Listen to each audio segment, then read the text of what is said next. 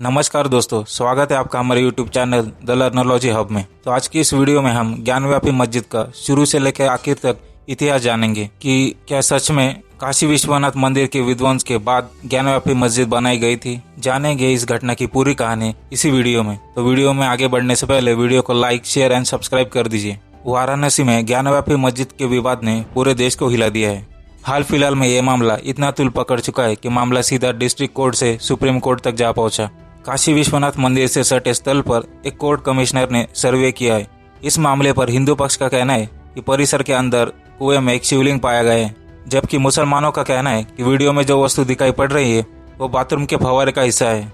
ज्ञानव्यापी का अर्थ है ज्ञान का कुआं, और दोनों पक्ष परिसर के सर्वेक्षण से निकलने वाली जानकारी के अपने अपने विश्लेषण के अनुसार अपने अपने दावे कर रहे हैं। लेकिन यह जानना जरूरी है कि मध्यकालीन इतिहास इस बारे में क्या कहता है, खासकर उस दौर के दरबारी इतिहासकारों ने क्या कहा जब विश्वनाथ मंदिर, जिसे हम विश्वेश्वर मंदिर भी कहते हैं, उसे मुगलों द्वारा तोड़ा गया।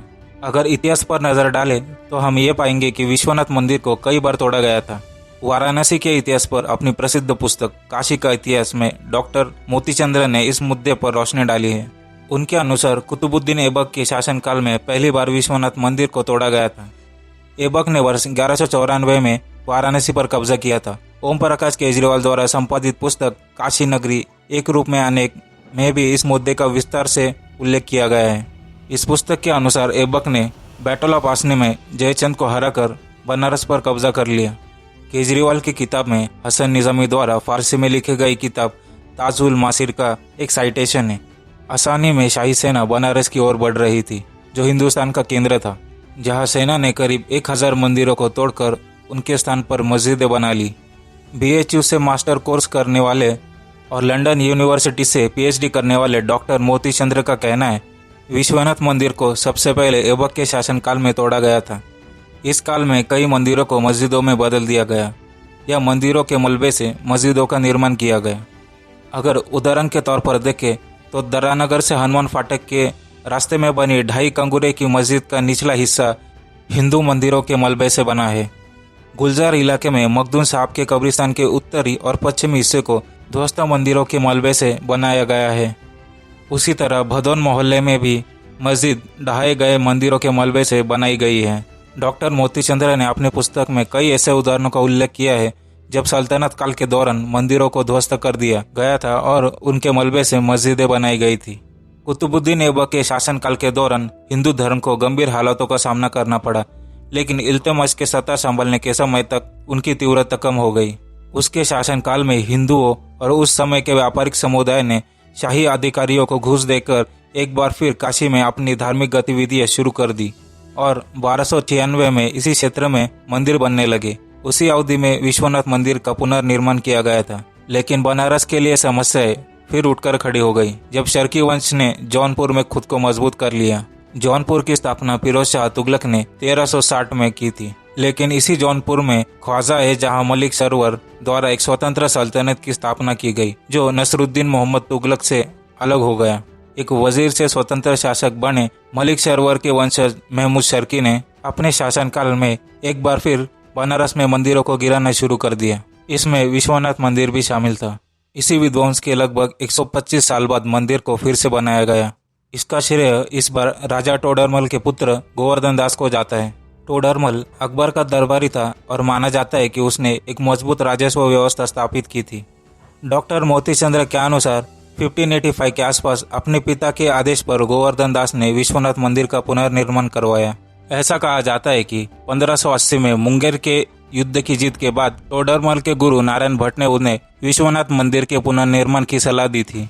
भट्ट दक्षिण भारत के एक महान विद्वान थे और उन्होंने काफी समय काशी में बिताया है। डॉक्टर मोतीचंद्र लिखते हैं, प्राचीन विश्वनाथ मंदिर में 5 मंडप थे।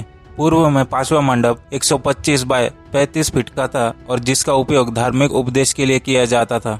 विश्वनाथ मंदिर, जिसे गोवर्धन दास और नारायण भट्ट ने टोडरमल की इच्छा के अनुसार फिर से बनवाया था, केवल 9 दशकों के भीतर औरंगजेब की कट्टरता का खामियाजा भुगतना पड़ा। 1658 में शाहजहां के बीमार पड़ने के बाद उसके चारों पुत्रों ने साम्राज्य पर नियंत्रण करने के लिए लड़ना शुरू कर दिया। अंततः औरंगजेब अपने भाइयों शुजा और दारा को हराकर गद्दी हासिल करने में सफल रहा। उसके शासन के प्रारंभिक वर्षों में बड़ी अस्थिरता रही थी। ज़्यादातर लोग औरंगजेब से नफरत करते थे। एक और उसने अपने पिता के जीवित रहते हुए सिंहासन पर कब्जा कर लिया था, अपने पिता शाहजहां को बंदी बना लिया था और दूसरी ओर अपने भाइयों को बेरहमी से मार डाला था। इसीलिए औरंगजेब के शुरुआती शासनकाल में उसकी कट्टरता पूर्ण रूप से तीव्र नहीं थी। इसके विपरीत अपनी छवि के पुनर्निर्माण के लिए उन्होंने कई जगह पर मंदिर बनाने के लिए जमीन दी और महंतों को जमीन के बड़े हिस्से के विशेष व्यक्तिगत पट्टे सौंपे। लेकिन यह सिर्फ एक बहाना था। सत्ता पर काबिज होने के एक दशक के भीतर ही उसका क्रूर चेहरा सबके सामने आ गया। औरंगजेब के समकालीन इतिहासकार साकी मुस्तैद खान ने अपनी पुस्तक माजिर आलमगीरी में औरंगजेब की इंटॉलरेंस के बारे में लिखा। इसका हवाला देते हुए डॉक्टर मोती चंद्र ने अपनी पुस्तक में लिखा, 18 अप्रैल 1669 को बादशाह ने सीखा कि ठट्टा और मुल्तान के प्रांतों में और विशेष रूप से बनारस में मूर्ख ब्राह्मण स्कूलों में अपनी बेकार किताबें पढ़ाते हैं और हिंदू और मुस्लिम दोनों छात्र इस शैतानी ज्ञान को प्राप्त करने के लिए दूर दूर से इन स्कूलों में आते हैं। यह सुनकर धर्म के संरक्षक सम्राट ने सूबेदारों को गैर विश्वासियों के सभी स्कूलों और मंदिरों को ध्वस्त करने के आदेश जारी किए। उन्हें सभी प्रकार की मूर्ति पूजा और संबंधित धार्मिक ग्रंथों की शिक्षाओं को रोकने के सख्त आदेश दिए गए। 2 सितंबर 1669 को बादशाह को पता चला कि उसके आदेश का पालन करते हुए उसके कर्मचारियों ने बनारस में विश्वनाथ मंदिर को ध्वस्त कर दिया है। डॉक्टर मोती चंद्र के अनुसार ऐसा नहीं है कि विश्वनाथ मंदिर को तोड़ा गया था, बल्कि इस मंदिर के मलबे पर ज्ञानव्यापी मस्जिद बनाई गई थी। मस्जिद बनने वाले पुराने मंदिर की पश्चिमी दीवार को गिरा दिया गया था और छोटे मंदिरों को धराशायी कर दिया गया था। पश्चिमी, उत्तरी और दक्षिणी फाटकों को बंद कर दिया गया और प्रवेश द्वारों पर लगे खंभों को गिरा दिया गया और उन मीनारों की जगह एक गुंबद बना दिया गया। गर्भगृह को जब मस्जिद के मुख्य प्रांगण में बदल दिया गया था, मंदिर के पूर्वी हिस्से को ध्वस्त कर दिया गया था और एक आंगन में परिवर्तित कर दिया गया जिसमें पुराने खंभे अभी भी खड़े हैं। ओम प्रकाश केजरीवाल लिखते हैं, जब वो अपनी लोकप्रियता के चरम पर था, औरंगजेब किसी भी पश्चिमी शासक की तरह जब वो अपनी यात्रा के लिए निकलता था तो उसके दल में बड़ी संख्या में हिंदू दरबारी होते थे। एक बार ये सभी दरबारी बनारस के विश्वनाथ मंदिर के दर्शन करने निकले थे। उनके ग्रुप में कच्छ की रानी भी थी। जब वे सभी दर्शन कर मंदिर से बाहर आए तो उन्हें पता चला कि रानी गायब है। उन्होंने उसकी हर जगह तलाश की लेकिन वह नहीं मिली। अंततः उन्हें उसे और अधिक सावधानी से खोजा। उन्हें एक मंदिर की 2 मंजिला इमारत के नीचे एक तहखाने के बारे में पता चला जिसके दरवाजे अंदर से बंद थे। जब वो दरवाजे तोड़कर तहखाने में दाखिल हुए तो उन्होंने रानी को कपड़े उतारे और डर से कांपते हुए पाया। बाद में उन्हें पता चला कि उस जगह के महंत किसी बहाने से धनी और गहने वाली औरतों को इस तहखाने में लाते थे और उनका कीमती सामान लूट लेते थे। जब औरंगजेब को पुजारियों के इस कृत्य के बारे में पता चला तो उसने कहा, जहाँ ऐसी लूट होती है वह जगह देवताओं का निवास नहीं हो सकती। उन्होंने तुरंत जगह को गिराने का आदेश दिया। आदेश को तुरंत पूरा किया गया और कुछ ही समय में मंदिर को धराशायी कर दिया गया। बाद में रानी, जो बचाई गई थी, की इच्छा के अनुसार जिस स्थान पर पहले मंदिर खड़ा था वह एक मस्जिद बनाई जाए और उसकी इच्छा पूरी हो गई। विश्वनाथ मंदिर को गिराने की स्वीकृति और उसके स्थान पर एक मस्जिद का निर्माण और फिर पूरी बात को सही ठहराने के लिए कच्छ की रानी की कहानी, जो शर्मनाक तरीके से उसी मानसिकता की उपस्थिति को इंगित करती है जो मध्ययुगीन मुस्लिम शासकों की कट्टरता को छिपाने या सही ठहराने की कोशिश करती है। जहाँ तक इतिहास का संबंध है, तथ्य यह है कि कच्छ के समकालीन शासक महाराव तमाची ने दारा शिकोह को आश्रय दिया था, जिसके साथ औरंगजेब सिंहासन पर कब्जा करने के लिए एक भीषण लड़ाई लड़ रहा था। 1659 में कच्छ के भुज शहर में राव तमाची ने जिस बगीचे में दारा शिकोह को आश्रय दिया था वह आज भी दरवाड़ी के नाम से प्रसिद्ध है। ऐसी स्थिति में यह संभव नहीं है कि औरंगजेब रानी को तीर्थ यात्रा के लिए अपने दल का हिस्सा बनने की अनुमति देगा। जब उसके राज्य ने अपने भाई को आश्रय दिया था, उसके साथ वह सिंहासन हड़पने के लिए एक कड़वी लड़ाई लड़ रहा था। यह एक काल्पनिक कथा है कि हिंदुओं के सबसे पवित्र शहर की तीर्थ यात्रा पर रानी उस स्थान के सबसे महत्वपूर्ण मंदिर को ध्वस्त करने और उसकी बजाय एक मस्जिद बनाने के लिए कहेगी।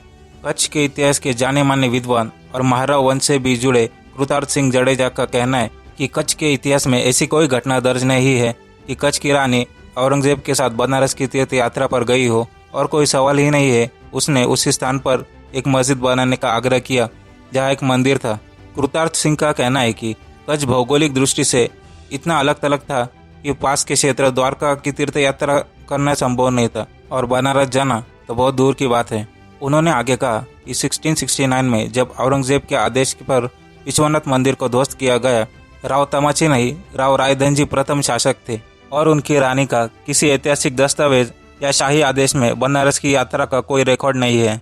उनके अनुसार राव रायधनजी प्रथम के लगभग 150 वर्ष बाद महाराव देशलजी द्वितीय ने 1819 से 1860 तक शासन किया।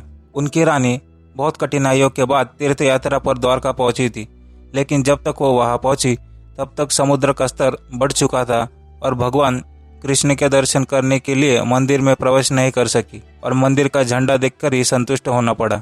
जब कच्छ के इतने निकट तीर्थस्थल की यह स्थिति थी तो किसी रानी के बनारस जाने का प्रश्न ही नहीं उठता।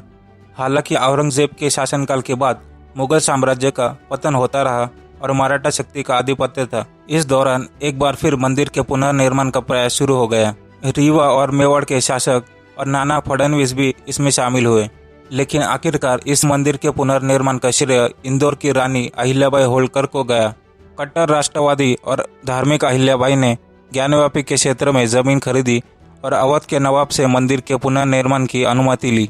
1777 में जन्माष्टमी के दिन विश्वनाथ मंदिर को फिर से स्थापित किया गया। ओम प्रकाश केजरीवाल द्वारा संपादित पुस्तक काशी ग्रंथ के अनुसार ब्राह्मण सल्तनत और मुगल काल के दौरान उन पर किए गए अत्याचारों से भयभीत थे और उन्होंने अहिल्याबाई होलकर द्वारा विश्वनाथ मंदिर के पुनर्निर्माण के किसी भी हिस्से से खुद को दूर रखा। ऐसे में अहिल्याबाई को प्राण प्रतिष्ठा समारोह के लिए अपनी राजधानी महेश्वर से एक पुजारी को लाना पड़ा। इस मंदिर के पहले पुजारी तारापुर क्षेत्र के भूमिहार ब्राह्मण थे। मंदिर का गर्भगृह बिल्कुल वैसा ही था जैसा प्राचीन काल में था। पंजाब के महाराजा रंजीत सिंह ने मंदिर के 2 शिखरों की सजावट के लिए सोना दान किया। उन्होंने 1839 में लगभग 821 किलो सोना दान किया था। बाद में इसी मंदिर के विकास में कई लोगों ने योगदान दिया। 2014 में नरेंद्र मोदी के वाराणसी संसदीय सीट से चुनाव जीतने और प्रधानमंत्री बनने के बाद काशी विश्वनाथ मंदिर के विकास ने एक नया मोड़ ले लिया और अब ये एक भव्य स्थान बन गया है। पिछले कुछ वर्षों में मंदिर के आसपास के क्षेत्र का पुनर्विकास किया गया और इससे इसकी भव्यता में इजाफा हुआ है।